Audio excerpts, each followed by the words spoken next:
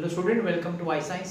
सो आज हमारा ये जो चैप्टर है magnetic fields due to electric current, आज उसका लास्ट लेक्चर है क्योंकि आज हम ये चैप्टर कंप्लीट करने वाले हैं। अब आपके सामने मैंने कुछ लिखा हुआ है, आप देख सकेंगे एम्पियर्स लॉ। इसके पे जाने से पहले मैं आपको ये बताना चाह रहा हूँ हम लोग हमारा टॉपिक चल क्या रहा है। हमारा जो टॉपिक चल रहा है वो है magnetic field due to current. मतलब वायर में करंट अगर फ्लो हो रहा है तो उसके हिसाब से मैग्नेटिक फील्ड क्या होगा। हमने एक लॉन्ग स्ट्रेट वायर का देखा है, हमने एक आर्क ऑफ अ वायर का देखा है, हमने एक सर्कुलर लूप का सेंटर पे देखा है, सर्कुलर वायर का सेंटर पे, और हमने एक सर्कुलर वायर का उसके एक्सिस पे भी देखा है, और एनालॉगी के उसके इक्वेटर पे। मतलब ये अलग अलग इक्वेटर, मतलब ये अलग अलग केसेस हमने देखे हैं जहाँ पे हम magnetic field due to current in a wire ढूंढते हैं, अलग अलग केसेस। अब हम लोग जो करने वाले ना वहां भी वही करना है, क्या मैग्नेटिक फील्ड ही फाइंड करना है। लेकिन अभी का जो नॉलेज है उतना इनफ नहीं है। क्यों? क्योंकि हम लोग जो दो केस कंसिडर करने वाले हैं मैग्नेटिक फील्ड फाइंड करने के लिए, वो है एक है सोलिनॉइड और दूसरा है टोरॉइड। ये दो केसेस बोल सकते हैं, दो तरह का वायर होता है, कॉइल होता है, जो अलग अलग तरीके से उसका कॉइलिंग होता है। तो उसमें जो अभी तक हमने जो बायो-सेवर्ट्स लॉ पढ़ा है ना, सिर्फ वो इनफ नहीं है। हमको एक और लॉ अप्लाई करना पड़ेगा उन दोनों में मैग्नेटिक फील्ड फाइंड करने के लिए। अब वो लॉ का नाम तो आप देख रहे हैं, आपके सामने इधर लिखा है बोर्ड पे, एम्पियर लॉ। लेकिन मैं आपको कुछ इसके पहले एक चीज बताना चाहूंगा, आपको याद दिलाना चाहूंगा। आपको याद आता होगा ऐसा कुछ, integral E dot ds is equal to q upon epsilon naught. ये देखिए आपको कुछ याद आता होगा। ये अगर फिर नहीं याद है तो मैं और आपको एक डायग्राम बनाता हूँ। ये एक हॉलो शेल या स्फीयर है,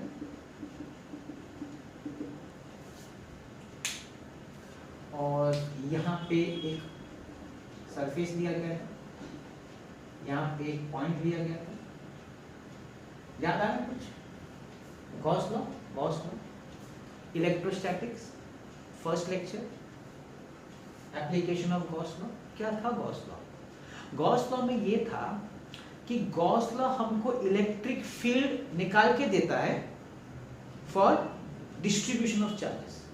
अगर चार्जेस एक क्लोज सरफेस पे डिस्ट्रीब्यूटेड है, ये चार्जेस क्लोज सरफेस पे डिस्ट्रीब्यूटेड है, तो अगर सिमेट्रिकल सरफेस है तो क्या करते थे हम लोग, एक गॉसियन सरफेस ड्रॉ करते, गॉसियन सरफेस डॉटेड, और वो गॉसियन सरफेस और ये गॉस लॉ। गॉस लॉ का क्या था? The close integral of E dot ds, that is electric intensity, is equal to Q, that is the total charge enclose upon epsilon naught. इसको हम लोग फ्लक्स बोलते थे, फाई, याद करो, फ्लक्स फाई, इसको हम लोग इसी को फ्लक्स बोलते हैं। ये हमारा गॉस लॉ था। तो गॉस लॉ क्या था कि डिस्ट्रीब्यूशन ऑफ चार्जेस की वजह से जो इलेक्ट्रिक फील्ड इंटेंसिटी, उनकी वजह जो इलेक्ट्रिक फील्ड इंटेंसिटी बनती थी वो फाइंड करते थे, है ना। तो एम्पियर्स लॉ क्या करता है? एम्पियर्स लॉ उसी से रिलेटेड ही है, उसके जैसा ही है। उसमें से फर्क ये है कि वो जो फाइंड करता है वो मैग्नेटिक फील्ड फाइंड करता है। गॉस लॉ क्या फाइंड करता था? Electric field. एम्पियर लॉ क्या फाइंड करता था? Magnetic field. अच्छा, गॉस लॉ जो फाइंड करता था इलेक्ट्रिक फील्ड, वो चार्जेस, स्टैटिक चार्जेस, स्टेशनरी।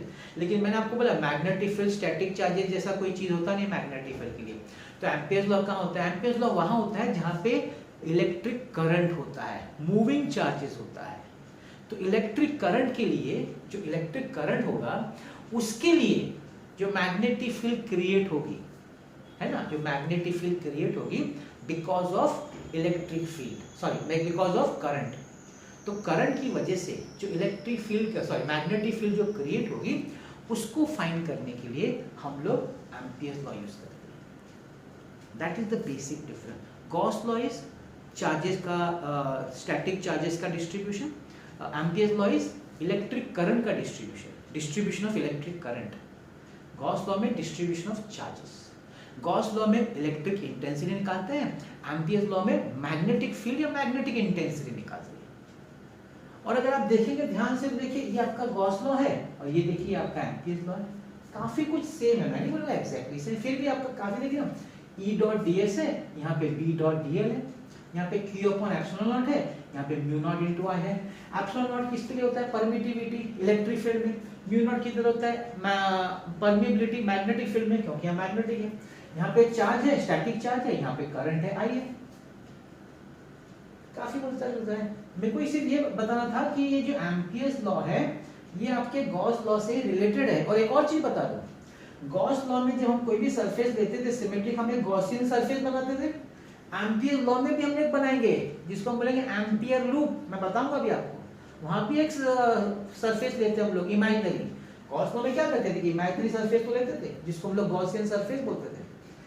यहाँ पे कोई करेंगे, एक लूप लेंगे, यहाँ पे एक लूप लेंगे जिसको हम बोलेंगे एम्पियर। तो इसका काम तो ऐसा कुछ था नहीं, लेकिन जैसे मैंने बताया, मुझे सिर्फ आपको कंपेयर करवाना था कि गॉस लॉ एम्पियर लॉ में क्या कॉमन चीज है। चलिए डेफिनेशन देखते हैं क्या बोलता है ampere law. The line integral of magnetic field B vector along a closed path, along a closed path. अब देखिए मैं क्लोज्ड पाथ, कोई भी क्लोज्ड जैसा एक पाथ ले लेता हूं, है ना, is equal to mu times the total current I enclosed by the closed path। अभी सपोज यहाँ पे हम लोग कुछ वायर ले लेते हैं, मतलब करंट पासिंग वायर्स, एक, दो, तीन वायर में इसलिए क्योंकि टेक्स्ट में भी तीन वायर लिया हुआ है इधर, तो वही मैं इसकी जैसे ही कर रहा हूँ। तीन अंदर लिया लूप में और एक बाहर लिया, ठीक है। अब ये डायरेक्शन ऐसा है, ये डायरेक्शन डाउनवर्ड, ये डायरेक्शन डाउनवर्ड, ठीक है। ये आपका क्लोज लूप है। टेक्स्ट में ऐसा नहीं दिखा है, टेक्स्ट में कैसा लिखा है मैं बताऊं, मैं आपको ऐसा बता रहा हूं। टेक्स्ट में देखो ऐसा लिखा है। टेक्स्ट में क्या किया है, यहाँ पे सर्कल दिखा है, यहाँ पे सर्कल दिखा है, यहाँ पे क्रॉस दिखा है, यहाँ पे क्रॉस दिखा है। अब इसको ले लो I1, I2, I3, I4, तो यहाँ पे वही होगा I1, I2, I3, I4। अब आप समझ गए होंगे दोनों सेम ही है। ये सामने से हम देखेंगे, सामने से फ्रंट व्यू, और ये टॉप व्यू देखेंगे ऊपर से। टॉप व्यू जब देखेंगे तो करंट, ये दो करंट ऊपर आ रहे हैं, मतलब सामने आ रहे हैं। When something is coming towards you, you show by dot। और I3 और I4 अंदर की तरफ, नीचे की तरफ जा रहा है। Something going away from you, shown by cross। तो टेक्स्ट में ये नहीं दिखा है, टेक्स्ट में डायग्राम ये दिखा है, मगर मैं आपको बता रहा हूँ इसका और इसका मतलब एक ही है। तो हम लोग वही बात करेंगे जो टेक्स्ट में डायग्राम दिया हुआ है। तो दो करंट बाहर की तरफ आ रहे हैं और दो करंट अंदर की तरफ जा रहे हैं, ये आपका क्लोज लूप है, ठीक है। The line integral of magnetic field along a close path. अभी along a close path, line integral मतलब suppose you are moving along a close path, तो let's you can take any direction, अपने ऊपर direction क्या लेने का है। तो सपोज हम लोग ये डायरेक्शन लेते हैं, हम लोग ऐसे मूव कर रहे हैं, ये भाई करंट का डायरेक्शन नहीं, गलती से मत समझना करंट है, no it is not current, this arrow is not for current, this arrow is for moving along. हम लोग इस पाथ में मूव करना चाहते हैं, मूविंग अलोंग अ पाथ, हम लोग इस पाथ में ऐसे मूव करना चाहते हैं, क्लोज पाथ में। There is nothing to do with current, ये करंट नहीं है, करंट वायर इधर है। तो सपोज इसमें हम लोग छोटा सा एलिमेंट ले ले DL, we take a small element DL and magnetic field की वजह से जो होगा, सपोज उसका मैं डायरेक्शन कुछ भी ले लेते हैं, कोई भी रैंडम डायरेक्शन डी वेक्टर, और ये आपका डीएल वेक्टर है। इनके बीच में एंगल सपोज थीटा है, इनके बीच में एंगल थीटा है। तो ये लॉ क्या बोलता है, लॉ बोलता है लाइन इंटीग्रल। लाइन इंटीग्रल मतलब ये सब डीएल है ना, जितना सब डीएल पूरे क्लोज पाथ में ऐड कर लेने का, छोटा छोटा छोटा छोटा सब डीएल ऐड करने का, तो आप इंटीग्रेट करना पड़ेगा। तो ये आपका ये हो जाएगा बी dl cos थीटा, क्यों, क्योंकि एंगल थीटा आपको b you have to take along the path, तो आपको उसका कंपोनेंट लेना पड़ेगा। b का कंपोनेंट along dl जो हो जाएगा cos थीटा हो जाएगा, it will be cos theta.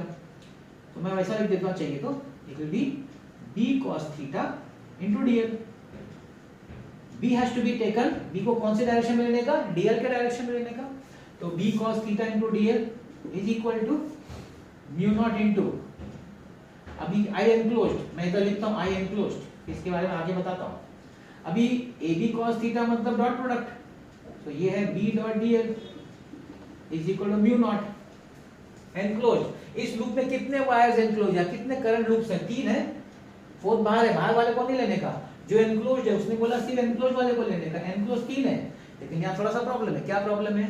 दो बाहर की तरफ है, एक अंदर की तरफ है, तो अपोजिट डायरेक्शन में है, तो जो एक को हमको पॉजिटिव लेना पड़ेगा, एक को नेगेटिव लेना पड़ेगा। सपोज मैं ये बात में जा रहा हूँ, मेरा थंब बाहर आ रहा है, इसके हिसाब से मूव के तो इन दोनों को हम पॉजिटिव ले लेते हैं, तो हम लिखेंगे I1 plus I2 minus I3, है कि नहीं?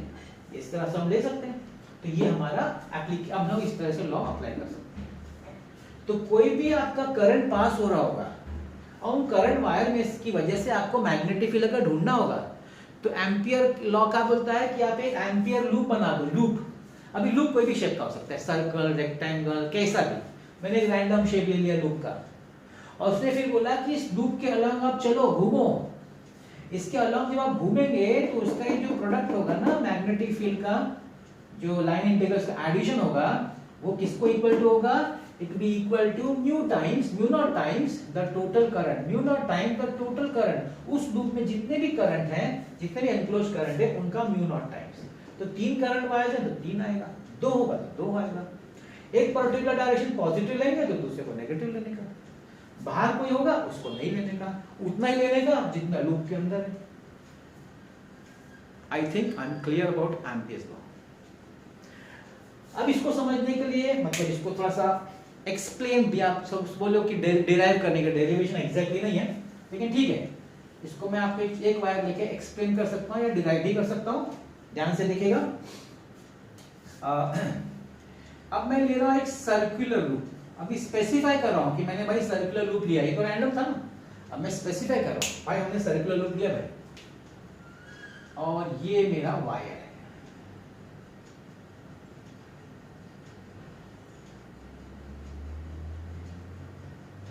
ये वायर है।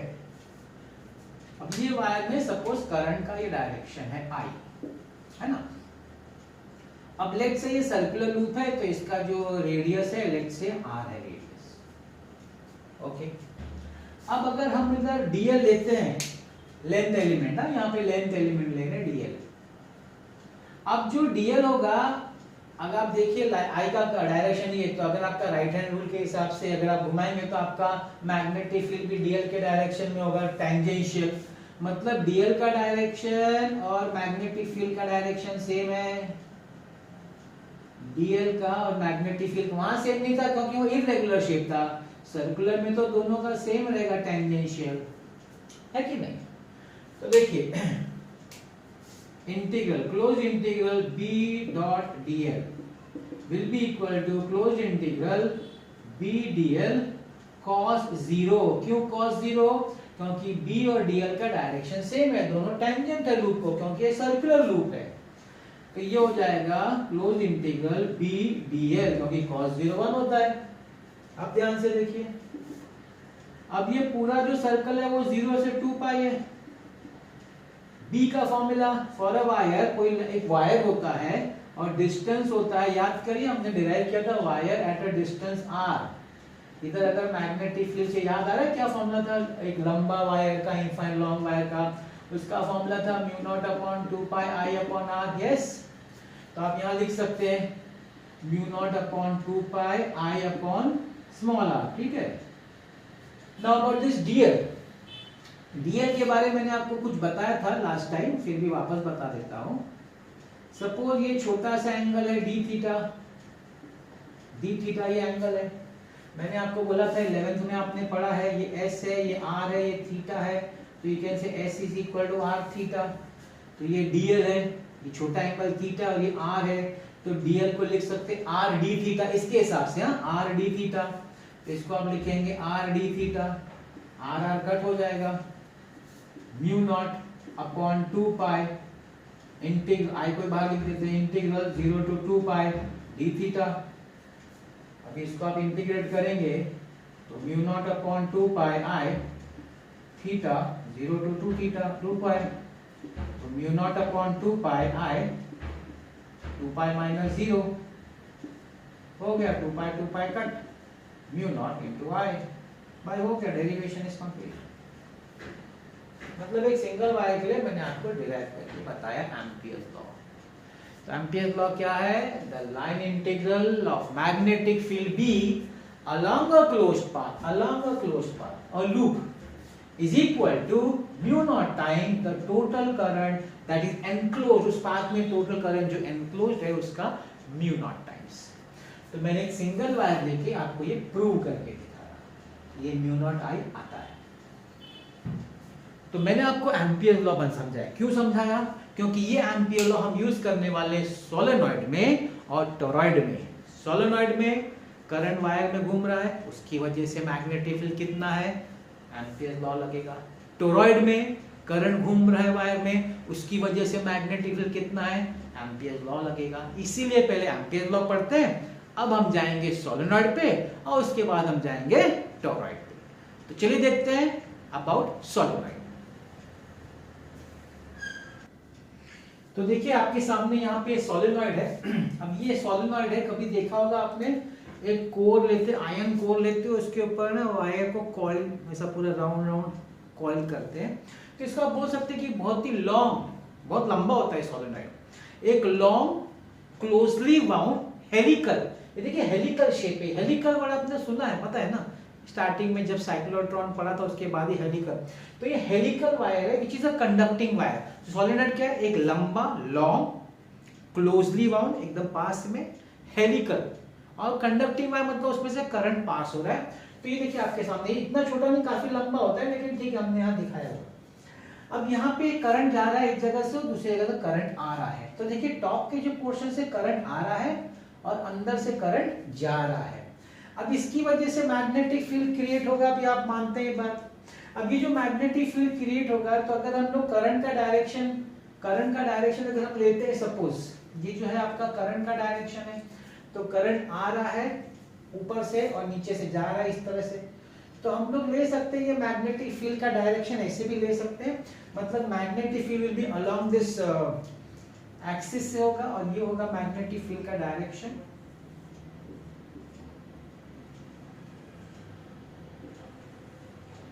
ये आपका मैग्नेटिक फील्ड होगा B, ये मैग्नेटिक फील्ड का लाइंस ऑफ फोर्स होगा, ये मैग्नेटिक फील्ड होगा इनसाइड द सोलेनॉइड, यूनिफॉर्म होगा। अगर ये क्लोजली वाउंड है, सिमेट्रिक है, तो हम लोग देखेंगे मैग्नेटिक फील्ड एकदम क्लोज, काफी क्लोज रहेगा magnetic field lines of force, मतलब स्ट्रांग रहेगा अंदर की तरफ।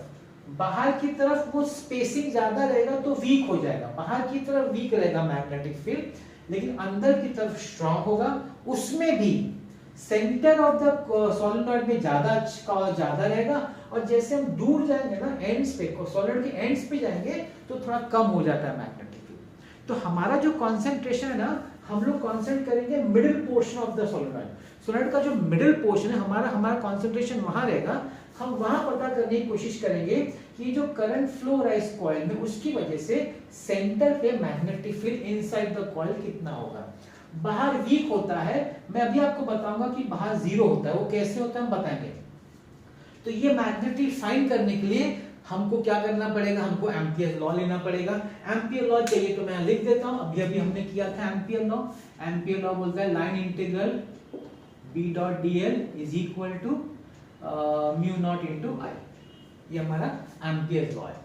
अब क्या इसको क्या करने का, सबको हमने काट दिया, ऐसे सेक्शन काट दिया सामने से। अगर हमने एक सेक्शन काट दिया बीच में से वायर को, तो हमको सामने ऐसा सेक्शन दिखेगा। ये डॉट बता रहा है करंट आ रहा है, जो चीज आपके सामने आ रही है ऊपर वाला वो डॉट होगा, और नीचे से करंट अंदर जा रहा है तो क्रॉस होगा। तो ये डॉट और क्रॉस करंट का डायरेक्शन बता रहा है कि नहीं। और ये जो इधर है आपका लाइंस ऑफ फोर्स है, इधर मैग्नेटिक लाइंस ऑफ फोर्स अंदर, these are all magnetic lines of force। तो आपके टेक्स्ट में ये दोनों दिया, ये नहीं दिया है, तो ये सिर्फ मैंने एक्स्ट्रा बना दिया आपके समझने के लिए, ठीक है।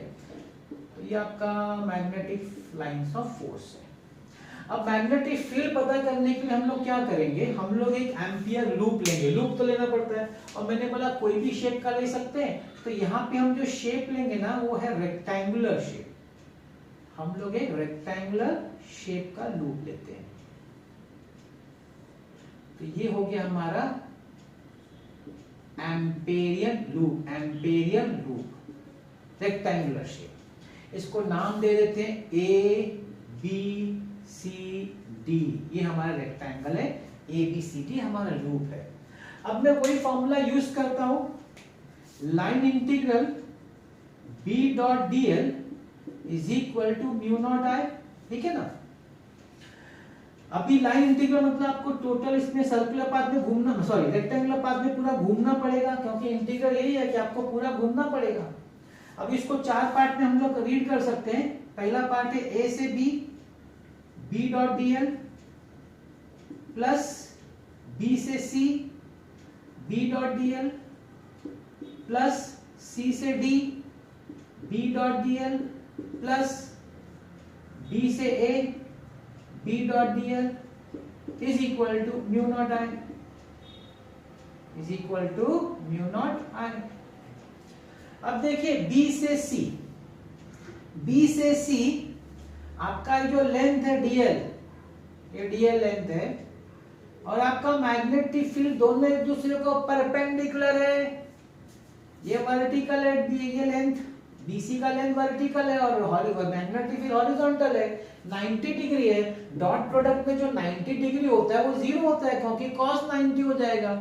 वैसे ही आपका D2A भी परपेंडिकुलर है, तो ये पार्ट जीरो, ये पार्ट जीरो, तो क्या होगा, integral A to B B dot dl plus zero plus integral C to D B dot dl plus zero is equal to mu naught I.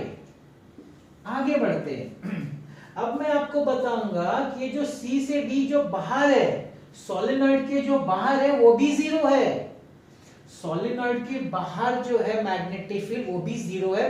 Text वाले ने explain नहीं किया, लिख दिया है वो जीरो लेने का। उनका ये कहना है कि अंदर फील्ड बहुत स्ट्रांग है, बाहर फील्ड वीक है, तो वीक है तो निग्लेक्ट कर सकते हैं, ऐसा उनका कहना है। ठीक है, हम अगर इसको एक्सप्लेन भी कर सकते हैं। बोलो ने नहीं, डायग्राम तो बना है लेकिन एक्सप्लेनेशन नहीं दिया, वो मैं आपको एक्सप्लेन कर देता हूं। सुनिए, ये DC वाला पार्ट क्यों जीरो है, C से D वाला पार्ट। अब देखिए मैं सिर्फ दो सर्कल ले रहा हूं, ये ऊपर वाला डॉट वाला और नीचे क्रॉस वाला। अब देखिए जो डॉट वाला है मतलब करंट बाहर आ रहा है, करंट बाहर आ रहा है मतलब मैग्नेटिक फील्ड का डायरेक्शन होगा। तो यहाँ पे जो मैग्नेटिक फील्ड होगी ना इसके अराउंड गोल, वो इस डायरेक्शन में होगी ना, ऐसे। यहां भी ऐसे ही होगी, ऐसे होगी, ऐसे ऐसे। अच्छा, यहाँ पे मैग्नेटिक फील्ड का डायरेक्शन क्या होगा, इस जगह पे, इस जगह पे मैग्नेटिक फील्ड का डायरेक्शन देखिए क्या होगा, क्रॉस है मतलब अंदर जा रहा है, अंदर जा रहा है मतलब इस डायरेक्शन में होगा, क्लॉकवाइज होगा तो ऐसा और ऐसा, और यहां भी। ठीक है, अब देखिए जीरो कैसा होता है, ये दोनों आजू बाजू है, ये करंट जा रहा है एंटी क्लॉकवाइज, सॉरी ये करंट जा रहा है एंटी क्लॉकवाइज, एंटी क्लॉकवाइज, और नहीं मतलब ये ऑपोजिट, ये दोनों देखिए डायरेक्शन, ये दोनों का डायरेक्शन देखिए, ये ऊपर की तरफ जा रहा है, नीचे की तरफ जा रहा है, ये इधर नीचे की तरफ जा रहा है, ये ऊपर की तरफ जा रहा है। दोनों एंटी क्लॉकवाइज है लेकिन दोनों अपोजिंग है ना, ये नीचे से ऊपर जा रहा है, ये ऊपर से नीचे आ रहा है, दोनों अपोजिंग है। सिंस दोनों का मैग्नेटिक फील्ड अपोजिंग है, इक्वल है, वो कैंसिल करेगा। यहाँ देखिए ये नीचे की तरफ जा रहा है, यहाँ पे लेफ्ट वाला, ऊपर राइट वाला ऊपर की तरफ मैग्नेटिक फील्ड का, मतलब ये भी अपोज कर रहा है, ये भी कैंसिल करेगा। मतलब ये जो बाहर वाले हैं ना, एग्जैक्टली बाहर वाले, ये लोग एक दूसरे को कैंसिल कर देते हैं, ये लोग का मैग्नेटिक फील्ड एक दूसरे को कैंसिल कर देता है, तो बाहर मैग्नेटिक फील्ड नहीं होता। ये मुझे समझाना है। टेक्स्ट में ये डायग्राम दिया है लेकिन एक्सप्लेनेशन नहीं दिया है, वो मैंने आपको एक्सप्लेनेशन डायग्राम में समझाया। ऑपोजिट मैग्नेटिक फील्ड होता है, इधर भी ऑपोजिट होता है, कैंसिल हो जाता है, इसलिए सर रीच एकदम एक्सट्रीम पोजीशन पे सॉलिड ऊपर और नीचे, उसके बाद मैग्नेटिक फील्ड जीरो हो जाता है। इसलिए तीसरा पार्ट भी जीरो हो गया, इसका तीसरा पार्ट भी जीरो हो गया। So integral A to B B dot dl plus zero plus zero plus zero is equal to mu naught I. तो हमारा कितना बच गया, A to B B dot dl is equal to mu naught I. ठीक है, अब आगे सुनिए ध्यान से। अब A टू B में आपका dl, A टू B का लेंथ dl और B दोनों का एक ही डायरेक्शन है, तो डॉट प्रोडक्ट तो निकल जाएगा। तो क्या रह जाएगा, रह जाएगा A से B B dl, इतना ही रह जाएगा। क्योंकि डॉट क्यों निकल जाएगा, चलो डॉट लिख देता हूं बताने के लिए, cos जीरो है वो, इट इज cos 0, क्योंकि AB का डायरेक्शन और B का मैग्नेटिक फील्ड का सेम है, एंगल 0 डिग्री है, तो ये हो गया। ठीक है, अभी B तो कांस्टेंट है, यूनिफॉर्म है, इंटीग्रल A से B dl cos 0 1 होता है is equal to mu naught I। अब सपोज ये सेक्शन सपोज ये सेक्शन का लेंथ L है, तो ये टोटल छोटे छोटे छोटे छोटे सब ऐड करेंगे तो L मिल जाएगा, तो ये जाएगा BL is equal to mu naught I।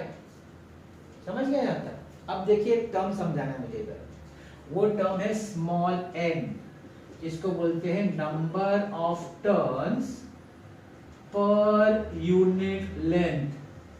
ये टर्म क्यों जरूरी है? ये टर्म इसलिए जरूरी है क्योंकि सोलेनॉइड बहुत लंबा होता है, सोलेनॉइड सिंक बहुत लंबा होता है, तो हम उसको लेंथ में नहीं डिस्क्राइब कर सकते, हम लोग उसको number of turns per unit length में, उसके नंबर ऑफ टर्न बहुत ज्यादा होंगे जब लेंथ बड़ा होगा, तो हम लोग उसको डिस्क्राइब करेंगे in terms of number of turns per unit length. तो अगर हमारा ये लेंथ L है, इतना क्रॉस सेक्शन का, इतना क्रॉस सेक्शन हमारा सपोज लेंथ L है, तो उसमें कुछ नंबर ऑफ टर्न्स होगा। अभी n जो है वो मेरा है number of turns per unit length, तो for length L number of turns कितना हो जाएगा? Number of turns will be NL। Yes, अगर स्मॉल l डिनोट करता है number of turns per unit length, तो फॉर लेंथ L, इतने length L के लिए नंबर ऑफ टर्न्स होना चाहिए N into L। अच्छा, उसमें हर कॉइल में करंट I फ्लो हो रहा है, तो current I for length L should be equal to NLI, it should be equal to NLI। Small I ले लेते हैं, सपोज हर एक में I current small I flow हो रहा है, हर एक वायर में एक स्मॉल I फ्लो हो रहा है, तो total current will be NL into small I, तो इसकी जगह पे लिखा जाएगा BL is equal to mu naught NL into small I। तो इसमें L और L कट जाएगा, B is equal to mu naught NI। भाई ये डेरिवेशन है, ये फॉर्मूला है for the magnetic field inside a solenoid carrying current. Magnetic field due to current through solenoid अंदर होगा, मोस्टली सेंट्रल पोर्शन का ये फॉर्मूला है। इनफैक्ट एजेस पे, एंड्स पे आप निकालेंगे ना तो हाफ हो जाता है, वो टेक्स्ट में दिया नहीं है, लेकिन वो एमसीक्यूज में पूछते हैं कि भाई एंड ऑफ द सोलेनॉइड में कितना होगा, तो इसका आधा हो जाता है, कम हो जाता है। तो ये जो है ना, ये सेंट्रल जो आपका सोलेनॉइड का जो सेंट्रल पोर्शन है उसमें इतना मैग्नेटिक फील्ड है which is mu naught NI। इसमें स्मॉल n बहुत इंपॉर्टेंट है, याद रखिएगा, क्योंकि इसमें लंबा होने की वजह से आपको सॉलिड हमेशा स्मॉल n में ही मेंशन करने का, and not in terms of capital N। Capital N होता है नंबर ऑफ टर्न्स, जबकि स्मॉल n होता है number of turns per unit length. तो सॉलिड जनरली इसी में स्पेसिफाई होता है number of turns per unit. तो बाद में कभी सपोज कभी छोटा सा सॉलिड दे दिया, तो कभी अगर दे दिया तो ऐसा भी यूज कर सकते, इसका ये मतलब होता है, देखो स्मॉल n का मतलब है total number of turns per unit length, ये है। तो कभी कभी हो सकता है आपको number of turns n they they numerical में, तो आप बोलेंगे सर आपने तो स्मॉल n बोला, इन्होंने कैपिटल n दिया, ठीक है, अगर कैपिटल n दिया होगा टोटल नंबर ऑफ टर्न्स को लेंथ से डिवाइड कर लीजिएगा, तो आपको स्मॉल n मिल जाएगा which is number of turns per unit length. फिर आप ये फॉर्मूला यूज कर सकते हैं, म्यू नॉट। याद रखिएगा फॉर्मूला, ये फॉर्मूला यूज होने वाला है, ये फॉर्मूला यूज होने वाला है इलेक्ट्रोमैग्नेटिक इंडक्शन में, सेम फॉर्मूला, सम्स तो है ही, लेकिन इसको ये आपका 10th चैप्टर 12th चैप्टर में यूज होगा सोलेनॉइड का फॉर्मूला, इसको भूलना नहीं है। तो ये आपका डेरिवेशन हुआ फॉर मैग्नेट। देखिए इसमें हमने एम्पियर लॉ यूज किया है ना, इसमें तो एम्पियर लॉ पढ़ा है क्योंकि हम इसमें यूज करते हैं एम्पियर लॉ। तो मैंने आपको समझा दिया B2C और D2A क्यों 0 है, फिर मैंने आपको समझाया कि C2DB क्यों 0 आउटसाइड वाला, वो इसकी मदद से। तो 3 0 हो गया, एक रह गया, उसको हमने दिखा दिया म्यू नॉट NI। तो दिस इज अबाउट सोलेनॉइड। अब हम लोग जाते हैं टॉरॉइड। तो देखिए आपके सामने टॉरॉइड है, इधर ये पूरा टॉरॉइड है, इसका कट सेक्शन है, यहां से कट करेंगे। तो टॉरॉइड क्या है भाई? टॉरॉइड जो है एक तरह का सोलेनॉइड ही है, लेकिन सोलेनॉइड बहुत लंबा होता है, ये एक फाइनाइट लेंथ का है, और इसको एक गोल circular tube hollow circular tube, जैसे टायर के अंदर वो टायर के अंदर कैसे वो रबर ट्यूब यूज करते हैं, rubber tube, pressurise rubber tube, जैसे डोनट बोल सकते हैं। तो रबर ट्यूब होता है प्रेशराइज रबर ट्यूब जो टायर के अंदर डालते हैं, वैसे ही कुछ ये रबर ट्यूब जैसा है सर्कुलर हॉलो सोलेनॉइड जो है, मगर उसको बेंड कर दिया है in the form of a circular hollow tube like a rubber tube in a tyre, इसके जैसा ये है। अब यहाँ पे इसका लेंथ फाइनाइट है, मतलब इसमें नंबर ऑफ टर्न्स हम लोग गिन सकते हैं n। सोलेनॉइड बहुत लंबा है तो वहां पे नंबर ऑफ टर्न्स में नहीं बात होता है, वहां पे number of turns per unit length में बात होता है। सोलेनॉइड में हम लोग स्मॉल n की बात करते हैं, जबकि टोरॉइड में हम लोग capital N total number of turns में बात करते हैं, क्योंकि ये छोटा है, बहुत बड़ा नहीं होता ये। एक चीज। दूसरी, अभी आप देखिए करंट के डायरेक्शन के हिसाब से ऊपर से करंट अंदर आ रहा है और इधर से नीचे से करंट अंदर, मतलब बाहर आ रहा है और ये अंदर की तरफ जा रहा है। तो देखिए उसको कट सेक्शन में कैसे दिखाया है, ऊपर का जो बाहर का सेक्शन है वहां पे डॉट डॉट दिखा है, क्योंकि करंट बाहर की तरफ आ रहा है, ऐसे आ रहा है। और यहाँ पे इस अंदर वाले सर्कल में करंट अंदर की तरफ जा रहा है, तो उसको हमने क्रॉस से दिखाया है। ऊपर से करंट आ रहा है और नीचे से करंट जा रहा है, अंदर से ऐसे ये हॉलो पोर्शन में से जा रहा है। तो यहाँ पे आपको डॉट्स है बाहर की तरफ और अंदर की तरफ क्रॉस है। आई होप ये आपको समझ में आ गया। अभी इसका जो मैग्नेटिक फील्ड होगा ना, मैग्नेटिक फील्ड वो इसके अंदर होगा कॉन्सेंट्रिक। इसका डायरेक्शन भी हम निकाल सकते हैं। अभी देखिए करंट इधर, करंट बाहर की तरफ आ रहा है, बाहर की तरफ आ रहा है तो कर्ल फिंगर जैसा होगा, तो इसका जो मैग्नेटिक फील्ड होगा ना उसका यही डायरेक्शन होगा, कॉन्सेंट्रिक होगा आपका मैग्नेटिक फील्ड, ये डायरेक्शन है, ये आपका मैग्नेटिक फील्ड होगा। अब हम जानना चाहते हैं कि मैग्नेटिक फील्ड कितना होगा अंदर, ठीक है, जो कि कॉन्सेंट्रिक। उसके लिए हमको क्या करना पड़ेगा, एम्पीरियन लूप लेना पड़ेगा। तो हम एक एम्पीरियन लूप लेते हैं अंदर, हम एक एम्पीरियन लूप लेते हैं, एक एम्पीयर डॉटेड दिखाने का, क्योंकि वो इमेजिनरी होता है इसलिए उसको डॉटेड दिखाया जाएगा। इसका सपोज हम लोग ले लेते हैं कैपिटल R, और ये हमारा क्या है, this is Amperian loop, Amperian loop, ठीक है। चलिए इस लूप पे हम लोग अप्लाई करते हैं हमारा ampere's law, line integral B dot dl is equal to mu naught I, है कि नहीं? ओके। अब यहाँ पे आपका लाइन इंटीग्रल गोल घूमेंगे हम लोग तो पूरा सर्कमफ्रेंस ही बनता है, और B तो वो है। अब इसमें कैसा रहेगा, देखिए B dl, इसमें वही रहेगा cos 0। क्यों cos 0 रहेगा बताइए? cos 0 इसलिए रहेगा क्योंकि मैंने सर्कुलर लिया है। सर्कुलर जब हम लेते हैं ना तो उसका जो लाइन इंटीग्रल dl होता है और जो B होता है, मैंने अभी आगे आपको डेरिवेशन में बताया था, B और dl दोनों का डायरेक्शन सेम होगा, दोनों टैंजेंट होगा, क्योंकि वो सर्कुलर है। सर्कुलर में dl और B दोनों का सेम डायरेक्शन होता है विच इज टेंजेंशियल, इसलिए उनके बीच में एंगल 0 होता है, that is mu naught into I। cos 0 1 हो गया, B integral dl is equal to mu naught I। Integral dl मतलब ये पूरे सर्कल का लेंथ लेना है हम लोग को ना, लेंथ ऑफ दिस एम्पिरियन लूप। अब ये सर्कल है, सर्कल का टोटल लेंथ कितना होता है, सर्कमफ्रेंस, सर्कमफ्रेंस मतलब 2 pi r is equal to mu naught I। अब I की बात करते हैं। सॉलिनॉइड में हमने I को लिया था NL into small i। Small i is the current in each coil.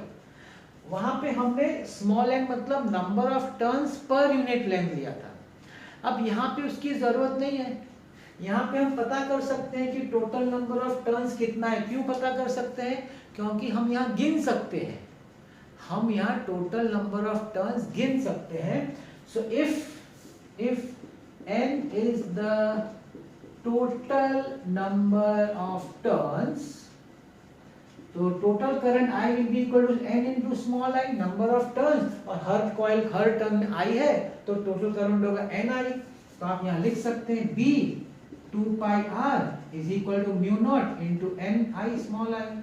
तो what is B equal to mu naught Ni upon 2 pi R। This is the formula for toroid। तो solenoid और toroid में क्या फर्क है? Solenoid में हम लोग का जो फॉर्मूला मैं लिख देता हूं, B is equal to mu naught into small ni. Small was the number of turns per unit length. और टोराइड की जब बात करते हैं तो कैपिटल N में लिखते हैं, क्योंकि टोराइड छोटा सा है लेंथ, उसका नंबर ऑफ टर्न्स गिना जा सकता है, इसलिए उसमें कैपिटल N लिखते हैं। और उसका जो टोटल लेंथ है वो सरकमफ्रेंस है, तो वो 2 पाई r।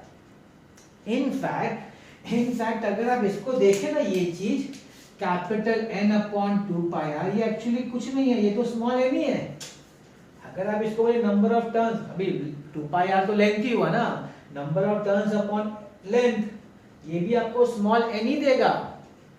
टोराइड में भी n upon 2 pi r n ही देगा। मतलब आप इसको ऐसे समझ सकते हैं, म्यू नॉट ni, और n को आप लिख सकते हैं capital N upon 2 pi r।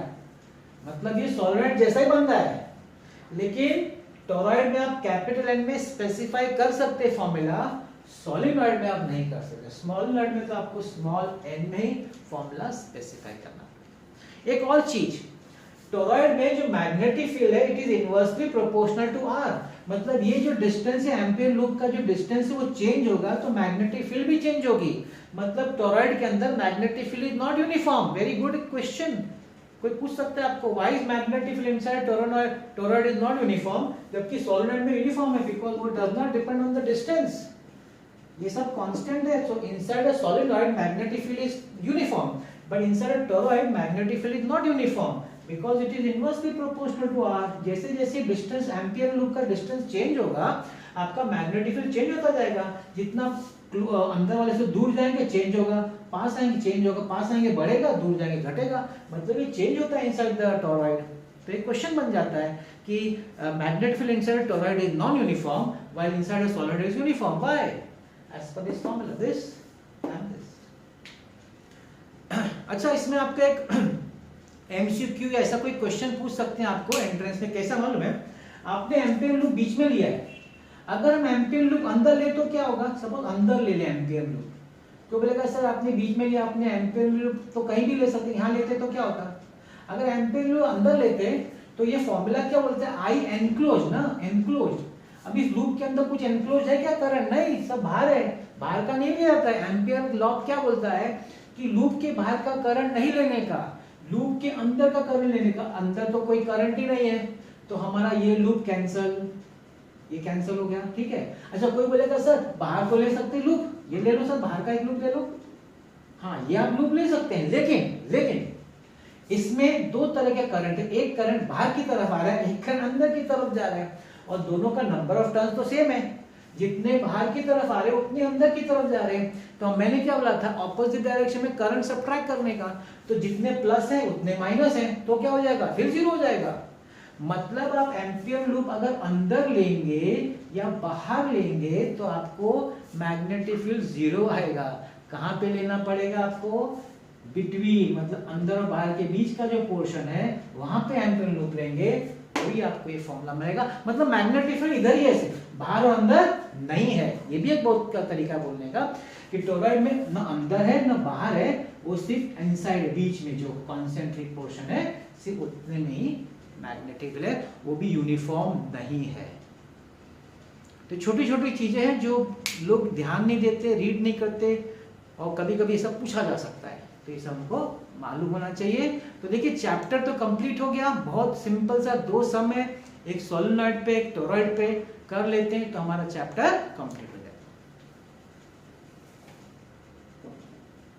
चलिए 2 सम में कर लेते हैं। तो पहला वाला सम मैंने सोलेनॉइड का लिया हुआ है, ये आपका टेक्स्ट बुक का अनसॉल्व वाला है। A solenoid of length pi centimetre को हम लोग लिख सकते हैं pi into 10⁻⁻² metre, and 5 centimetre, metre है कि सेंटीमीटर, एक बार चेक कर लूं, शायद मीटर है कि सेंटीमीटर है, सॉरी मेरे को ये लगा डाउट था, पाई मीटर है, मेरी सॉरी, पाई मीटर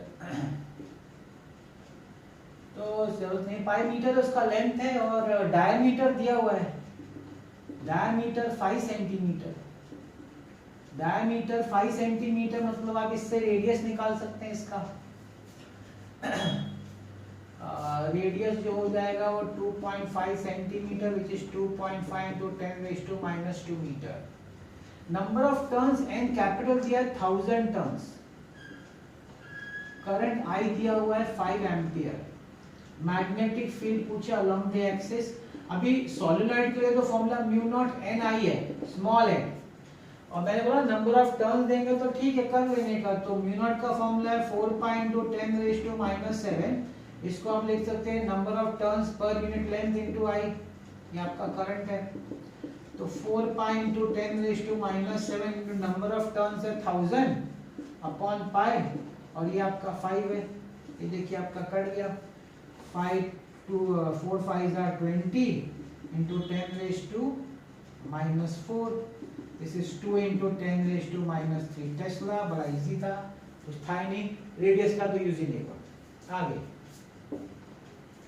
टोरॉइड दिया, toroid of narrow radius, toroid का रेडियस दिया हुआ है 10 centimetre which is 0.1 metre, has 1000 turns, number of turns दिया गया है 1000, मैग्नेटिक फील्ड B भी दिया हुआ है 5 into 10 raised to -2 Tesla, current पूछा है, करंट टोरॉइड के लिए B का फॉर्मूला क्या है, टोरॉइड के लिए mu naught Ni upon 2 pi r, mu naught है 4 पाई into 10 raised to -7, number of turns 1000 है, करंट नहीं दिया है, B दिया है sorry 5 into 10 raised to -2 upon 2 पाई, और r कितना है 0.1, 2 पाई से कट गया 2 टाइम्स,